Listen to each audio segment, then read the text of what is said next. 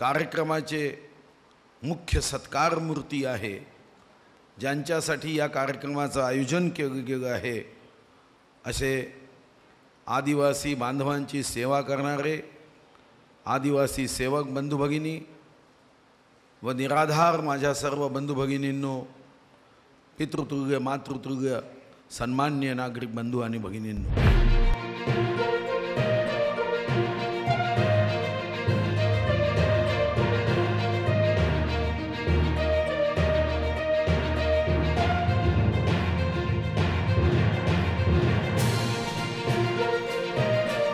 मी त्या सर्व आदिवासी समाज बांधवांचं, आदिवासी सेवकांचं मनापासून कौतुक करतो की त्यांनी आपल्या आयुष्यामध्ये आपल्या परिवाराच्या चिंतेसोबत ज्या समाजाने आपल्याला नाव दिलं त्या समाजाच्या प्रगतीसाठी, सेवेसाठी, उन्नतीसाठी आपल्या आयुष्याचे क्षण त्यांना समर्पित केले।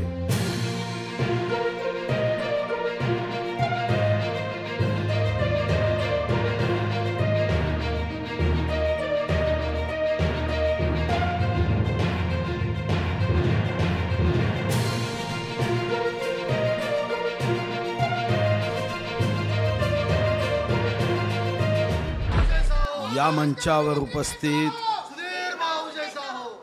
भारतीय जनता पार्टीचे या जिल्ह्यातील झुंजार नेते श्री देवराव भोंगळेजी, भारतीय जनता पार्टी महानगराचे कार्यतत्पर अध्यक्ष डॉक्टर मंगेश गुगवाडेजी, या कार्यक्रमाचं ज्यांनी आयोजन केलं, जे नेहमीच सेवाभावी कार्यामध्ये पुढाकार घेतात, नगरसेवक या पदानुसार आचरण करतात आणि सेवक या भावनेनी सेवा करतात, असे कार्यक्षम नगरसेवक श्री सुभाष कासुंगोट्टुवारजी, महिला मोर्चाच्या अध्यक्षा अंजलीताई घोटेकर, भारतीय जनता पार्टीच्या महानगरपालिकेच्या गटनेत्या जयश्रीताई जुंबडे, महिला बालकल्याण सभापती चंद्रकलाताई सोयाम, भारतीय जनता पार्टी महानगराचे सरचिटणीस ब्रजभूषण पाझारे, दुसरे महामंत्री रवींद्र गुरनुगे, या ठिकाणी प्रामुख्याने उपस्थित आदिवासी समाजाची सेवा करणारे आदिवासी नेते श्री वाघूजी गेडाम, महानगर कोषाध्यक्ष प्रकाश धारणे, प्रदेश महामंत्री युवा मोर्चा विवेक बोडे, ग्रामीण महामंत्री नामदेव डावगे, आदरणीय सर्व नगरसेवक नगरसेविका, सर्व पदाधिकारी, लोकप्रतिनिधी व जे या कार्यक्रमाचे मुख्य सत्कार मूर्ती आहे, ज्यांच्यासाठी या कार्यक्रमाचं आयोजन केलं गेलं आहे, असे आदिवासी बांधवांची सेवा करणारे आदिवासी सेवक बंधू भगिनी व निराधार माझ्या सर्व बंधू भगिनींनो, पितृतुल्य मातृतुल्य सन्मान्य नागरिक बंधू आणि भगिनींनो, मी सर्वप्रथम या कार्यक्रमाचं आयोजन करण्यात आलं एक सेवाभावी उपक्रम व हम सब एक है, आम्ही सर्व भारत मातेचे सुपुत्र म्हणून एकमेकाशी आमचा एक नाता आहे, या भावनेनी या ठिकाणी एकत्रित येण्यासाठी या कार्यक्रमाचं आयोजन केल्याबद्दल मी सुभाष कासुंगोट्टुवार व त्यांच्या सर्व टीमचं मनापासून कौतुक करतो, अभिनंदन करतो। 71 आदिवासी सेवक श्री धनराज कोवे व त्यांच्या टीमनी सुभाष भाऊंसोबत एकत्रित येऊन देशगौरव नरेंद्र मोदीजीच्या जन्मदिवसानिमित्ताने सेवा सप्ताह व या उपक्रमात एकत्र येण्याच्या संदर्भात संवाद केला आणि या ठिकाणी आपल्या परिस्थितीवर मात करून आदिवासी बांधवांची सेवा करणारे जेवढे सेवक आहेत, या सर्वांचा सत्कार करत इतरांनी सुद्धा त्यांच्याकडून आदर्श घ्यावा, असं सुभाष भाऊ आणि धनराज कोवे, सोयामताई या सर्व लोकांनी एकत्रित येऊन ठरवलं।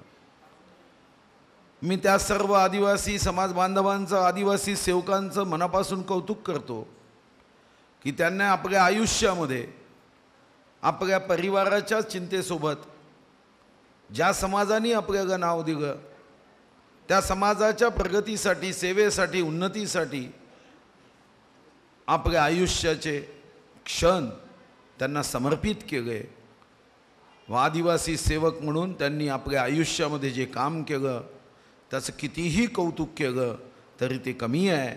मी त्या सर्व 71 आदिवासी सेवकांचं हृदयापासून, मनापासून अभिनंदन करतो व शक्तिदायिनी माता महाकालीच्या चरणी प्रार्थना करतो की या माझ्या सर्व आदिवासी सेवक बंधू भगिनींना तू ऊर्जा दे, शक्ती दे, समाधान दे, त्यांच्या सर्व मनोकामना पूर्ण कर, त्यांच्या इच्छा आकांक्षा पूर्ण कर आणि आदिवासी बांधवांच्या प्रगतीसाठी त्यांच्या हातून यापेक्षाही जास्त काम व्हावं अशी शक्ती त्यांच्या मनगटात दे. या ठिकाणी आपण निराधार बांधवांच्या सत्कारासाठी या कार्यक्रमाचं आयोजन केलं. सुभाष कासुंगोट्टुवार असतील, त्यांच्या श्रीमतीजी असतील, दोघेही समाजसेवेमध्ये पुढाकार घेतात. आमच्या बोरगमवारताई यासुद्धा आमच्या कासुंगोट्टुवार वहिनीसोबत तेवढ्याच हिरिरीने पुढाकार घेतात.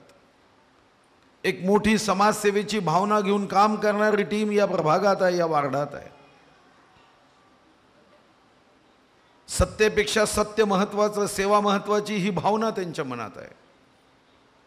खुर्ची येते आणि कधी तुटते हे सांगता येत नाही, हे तर आपण मंचावर अनुभवलं. त्यामुळे खुर्चीचा मोह दीर्घकाळ असूच शकत नाही. कारण ही कोणाची खुर्ची, माझी असेल की इतरांची असेल, ही कधी तुटेल हे सांगता येत नाही. पण हेही खरं आहे की आनंद चित्रपट मनोरंजनासाठी मी लहानपणी पाहायला गेलो, पण एक वाक्य आयुष्यभर माझ्या लक्षात आलं, बाबू मशाय जिंदगी बड़ी होनी चाहिए, लंबी नहीं. किती वर्ष खुर्चीवर आहे हे महत्त्वाचं नाही. आणि म्हणूनच ज्या क्षणी मी आमदार झालो त्या क्षणी पहिलं वाक्य 16 मार्च 1995 माझ्या मुखातून निघालं. पहिल्यांदा जनतेने संधी दिली, पण मी पहिल्या भाषणात सांगितलं की विजय जागा तर माजायचं नाही, पराभव जागा तर गाजायचं नाही. विजय जागा तर तोही प्रसाद आहे, पराभव जागा तर तोही प्रसाद आहे. प्रसाद गोडच असतो असा नाही, कधी कधी महालक्ष्मीची आंबटी असते. मग प्रसाद कसाही असेल. आणि मला आनंद होतो की आज जेव्हा आमच्या सोबतचे सहकारी कार्यकर्ते या भावनेने काम करतात की पद मोठं नाही, काम मोठं असतं. आज ही जबाबदारी घेऊन निराधार योजनेचा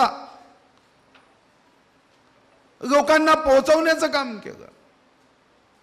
हे खरं आहे की ज्याला आधार नाही त्याला आधार आम्ही तुम्ही दिला पाहिजे. यासाठी 84 लक्ष योनीमध्ये मॅनेजे सोशल ॲनिमल असं म्हटलं गेलं. बाकी सारे प्राणी हे सेवा देऊ शकत नाही. एखाद्या वाघाला जखम झाली तर दुसरा वाघ पट्टी बांधू शकत नाही. पण मनुष्याला ही देवानी या सर्व योनीमध्ये एक संधी दिली आहे की तुला मी सर्वश्रेष्ठ योनीमध्ये जन्म घेऊन पाठवतो आहे, पण तुझं जन्म हा जसा मोठा आहे तसं कामही त्याला साजेसं झालं पाहिजे. आज आमच्या समाजामध्ये कोणी विधवा असेल, परित्यक्त्या असेल, घटस्फोटिता असेल, निराधार असेल, आज man is a social animal, इथून man is a selfish animal असा प्रवास झाला. मैं और मेरा परिवार, बाकी सारी दुनिया बेकार या भावनेने आज विचार होतो आहे.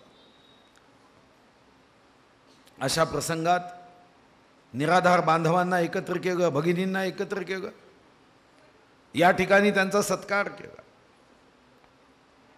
हा सत्कार करण्याची संधी ज्या निराधार बंधू भगिनींनी दिली त्यांनाही मी धन्यवाद देतो की त्यांनी ही संधी आम्हाला उपलब्ध करून दिली. सुभाष भाऊंना दिली, कासमगोट्टुवार वहिनी व त्यांच्या टीमला दिली. हा सत्कार तुमचा नाही तर ही संधी तुम्ही दिली. मी तुम्हाला विश्वास देतो मग आठवतं की निराधार योजनेमध्ये मी नेहमीच विधानसभेत संघर्ष करायचो. जेव्हा मला संधी मिळाली निर्णय घेण्याची, निराधार योजनेचं अनुदान 600 रुपयावरून 2 अपत्य असेल तर 1200, 1 अपत्य असेल तर 1100 आणि अपत्य नसेल तर 1000 रुपये केलं. 18 जून 2019ला मी अर्थसंकल्पामध्ये घोषणा केली की निराधाराचं अनुदान वाढलं पाहिजे. अनेक अधिकारी त्या फाईलवर लिहायचे की जर आम्ही अनुदान वाढलं तर इतके 1000 कोटी आम्हाला जास्तीचे द्यावे लागतील. खरं तर माझी इच्छा 1200 रुपयाचं अनुदान 1500 करावं आणि 1000चं 1200 व्हावं अशी होती. पण अधिकाऱ्यांनी बैठकीमध्ये सांगितलं की इतकं वाढवलं तर एवढे 1000 कोटी वाढतील. मी विचार केला की भांडून उपयोग नाही, पण फाईलवर मी निर्णय घ्यायला लावला आणि मी अधिकाऱ्यांच्या बैठकीत सांगितलं की एक क्षण तुम्ही विचार करा की आपल्या कुटुंबातली कोणी माझी बहीण, माझी कोणती आई निराधार झाली तर 600 रुपयामध्ये भागू शकतं. खरं तर 1200 मध्येही भागत नाही. इतक्या अडचणीचा सामना करावा लागतो. पण एका क्षणात 600चे 1200, 600चे 1000 हे होण्यामध्ये अडचणी होत्या. पण निराधाराच्या अनुदानासाठी मी पूर्ण शक्ती लावली, निर्णय केला आणि निराधारांचं अनुदान 600च्या 1200 केलं. जेव्हा केव्हा पुन्हा मला संधी प्राप्त होईल तेव्हा हे 1500 पर्यंत पोहोचवल्याशिवाय मी शांत बसणार नाही. खरं तर मी इथंच थांबलो नव्हतो. तुम्ही 18 जूनचं जर माझं भाषण कधी यूट्यूबवर ऐकलं तर तुमच्या लक्षात येईल. माझ्या लक्षात आलं की निराधारांना अनुदान देऊन आमचं कर्तव्य पूर्ण होत नाही. या कर्तव्यापैकी फक्त 10% हिस्सा पूर्ण होतो. कारण जेव्हा मी माझ्या एखाद्या विधवा बहिणीला भेटतो, हातावर पोट घेऊन कुटुंब असणाऱ्यांना भेटतो, तेव्हा माझ्या लक्षात आलं की भविष्य 5 वर्षाचे, 2 वर्षाचे, 3 वर्षाचे कच्चे बच्चे आहे, घरी करता नाही. त्या पोरांचं भविष्य काय? 1000 रुपये 1200 रुपयामध्ये आयुष्य जगणं हे कठीण आहे. आणि म्हणून खरं तर त्या बजेटमध्ये मी घोषणा केली होती की टप्प्याटप्प्याने निराधार योजनेमध्ये ज्या माझ्या 18 ते 45 वर्षाच्या भगिनी असतील, मी 200 कोटी रुपयाची तरतूद त्यांना कौशल्य विकास आणि स्वयंरोजगारासाठी करण्याचा निर्णय केला की आपण ही मदत करतोय, पण आम्ही समाज असा घडवावा की ज्यामध्ये मदतीची आवश्यकता पडणार नाही, तर आमची ही निराधार बहीण स्वतःच्या कर्तृत्वाने स्वतःची उपजीविका करू शकेल. हेच आमचं लक्ष असावं. एखाद्याला मी मासा त्याच्या पोटाची भूक भागवण्यासाठी दिला तर हे खरं आहे की ते एक काम आहे. पण मी 1 दिवसाची पोटाची भूक भागवण्यासाठी मासा देतो आहे तर हे माझं अपूर्ण काम आहे.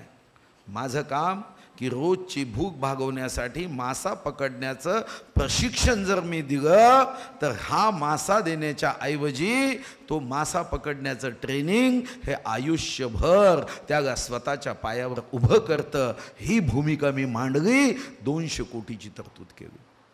पण दुर्दैवाने सरकार बदललं, दुर्दैवाने वैश्विक महामारी आली, सारं जग थांबलं.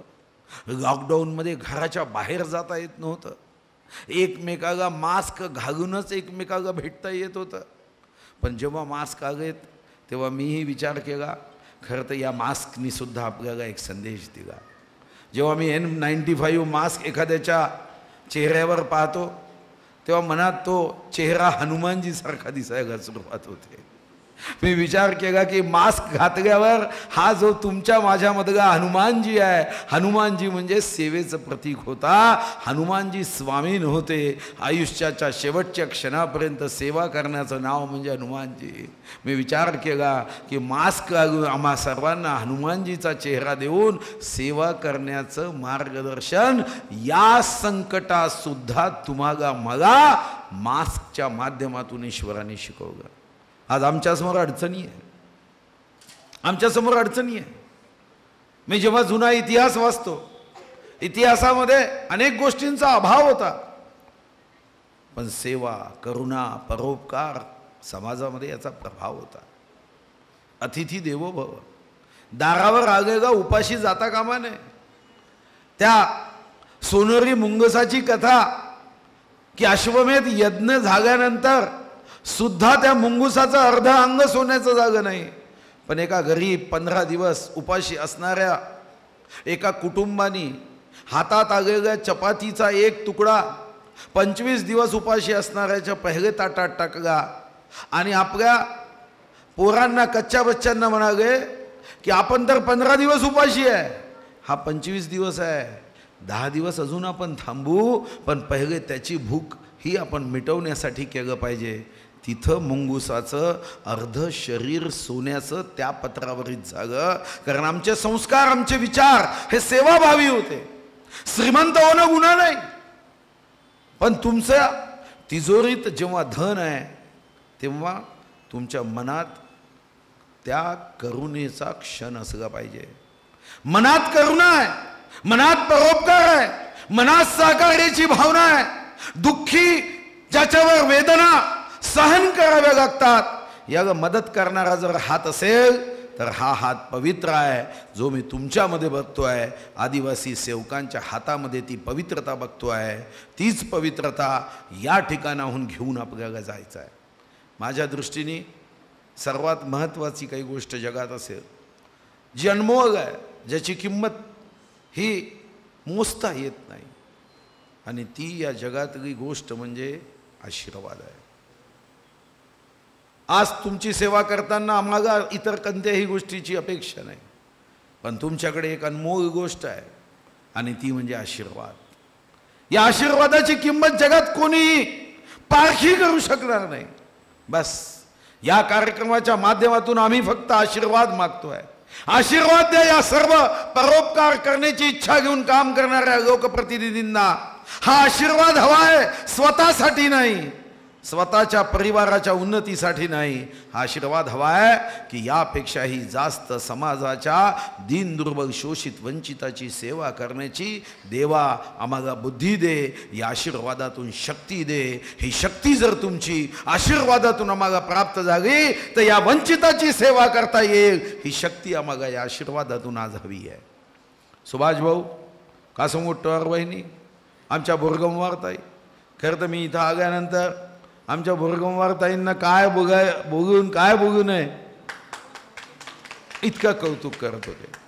त्या कौतुकास मी पात्र आहे की नाही हे तर येणारा काळ ठरवेल, पण निश्चितपणे त्यांच्या मनातली भावना, त्यांच्या शब्दाचा आशय, त्यांच्या शब्दातून व्यक्त झालेली इच्छा ही पूर्ण करण्यासाठी मी रोज स्वतःमध्ये गुणात्मक परिवर्तन करण्याचा नेहमीच प्रयत्न करत आलो, आणि भविष्यात सुद्धा असाच गुणात्मक बदल व्हावा या दृष्टीने मी कार्यरत राहील.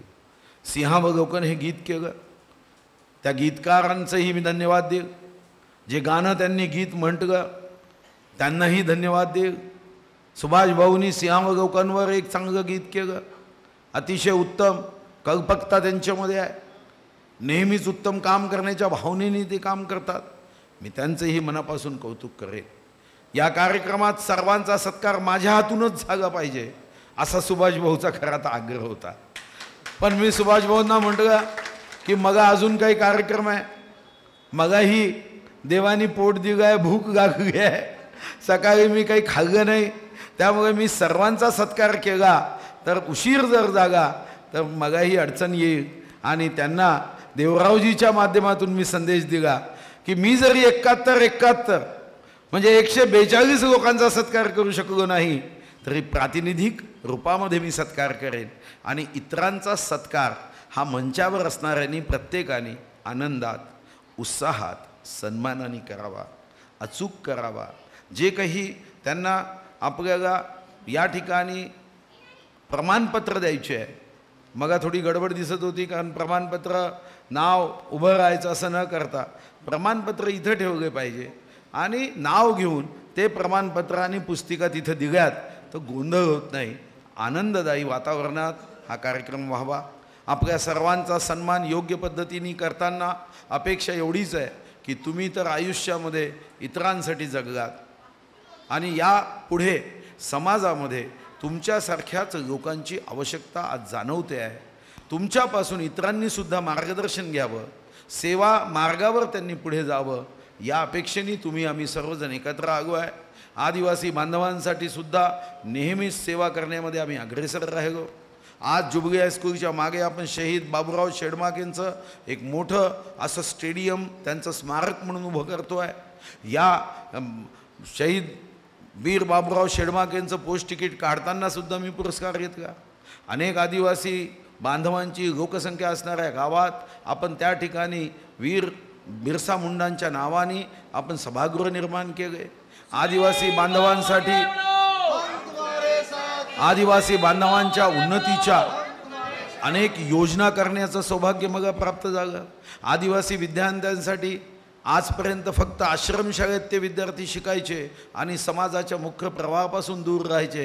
यामध्ये नामांकित शाळेमध्ये शिकवण्याच्या दृष्टीने सुद्धा त्यांच्यासाठी पैसे देण्याचा निर्णय हा अर्थमंत्री म्हणून मी आणि देवेंद्रजीच्या कार्यकाळात झाला आणि मला आनंद होतो की आज या क्षणापर्यंत 2 लक्षापेक्षा जास्त विद्यार्थ्यांना नामवंत शाळेत शिकवणे, नागपूरसारख्या नामवंत शाळेत शिकवण्याच्या आमच्या प्रयोगाला एक मोठं यश आलं। जे आदिवासी बांधवांची गावं होती, जिथं आदिवासी बांधव हे सरपंच असायचे, या गावांसाठी एखाद्या योजनेच्या माध्यमातून नसेल तर आदिवासी बजेटच्या थेट 5% हा निधी हा आपल्याला पाठवता यायला, हजारो कोटी निधी हा आदिवासी बांधवांच्या थेट गावात पोहोचवण्यासाठी सुद्धा निर्णय करण्याचं मला सौभाग्य प्राप्त झालं। देशगौरव नरेंद्रभाई मोदी आदिवासी बांधवांच्या अनेक योजना करतायत, पण या योजना जेव्हा दिल्लीवरून निघतात, मुंबईवरून निघतात, त्या शेवटच्या गावापर्यंत पोहोचवण्याचा दुवा आज आवश्यक आहे आणि हा दुवा आदिवासी बांधवांची सेवा करणाऱ्या सेवकांनी ही जबाबदारी घ्यावी आणि ही जबाबदारी घेत त्यांच्या पाठीशी आम्ही सर्वजण कोणत्याही स्वार्थापोटी नाही, कोणत्याही निवडणुकीच्या हितापोटी नाही, तर समाजाच्या हितासाठी, समाजाच्या सेवेसाठी आम्ही सर्वजण तुमच्यासोबत खंबीरपणे उभे राहू हा विश्वास व्यक्त करतो। पुन्हा एकदा माझ्या वतीने, तुमच्या सर्वांच्या वतीने सुभाष भाऊ, कासम गुट्टूवार बहिणी, बोरगमवारताई व त्यांच्या इतर ज्यांची नावं मी वेळेच्या अभावी घेऊ शकत नाही, या नावामध्येच मी त्यांना बघतोय, त्या सर्वांचं कौतुक करतो।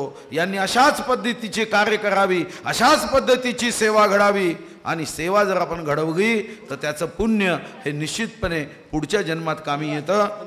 धनराज कोवे याचंही अभिनंदन करेन की धनराज कोवेचं नाव मग आमची ज्यांनी यादी लिहून दिली ते विसरले। हे यादी कोणी लिहून दिली हे नाव मी तुला नंतर सांगेन, तू त्याला नंतर निपटवून घ्यायचं।